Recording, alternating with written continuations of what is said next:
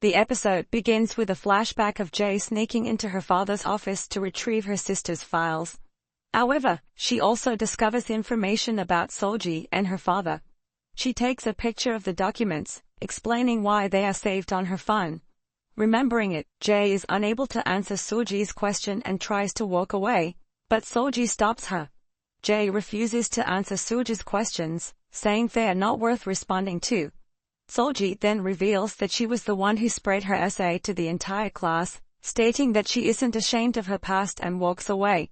Meanwhile, at the student council ceremony, Seulgi notices Choi Kyun keeps on glancing at her. She tells Choi Kyun that she can ask her anything she wants. Choi Kyun then proceeds to ask if her late father was teacher Woo Do-hyuk, who passed away at Jae Medical Center. Taken aback, Seulgi asks Choi Kyun how she knows about it. Choi Kyun then reveals that her stepmother is suing Jae Medical Center for medical negligence and that her mother is the lawyer in charge of the case. As Seulgi remains unaware, Choi Kyun explains that while Jae Medical Center can easily prove there was no medical negligence, being involved in a lawsuit would still lead to a medical dispute, which could be detrimental to the hospital's reputation.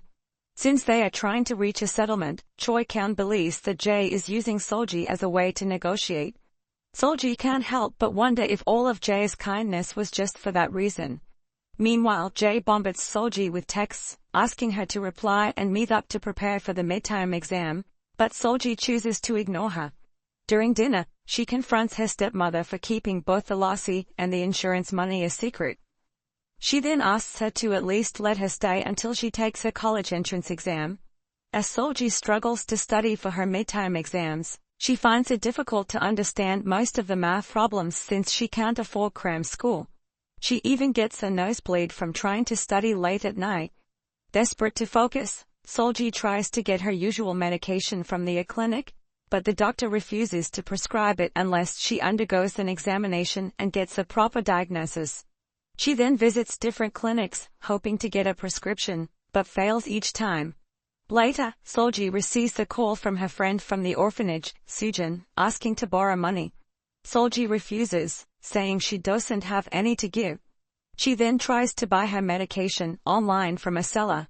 Seulgi arrives at the meeting place and places her money in a locker as instructed.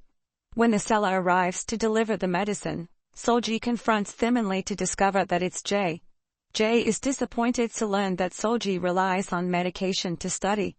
She tells Seulgi that the specific medicine she ordered is out of stock but offers something stronger instead.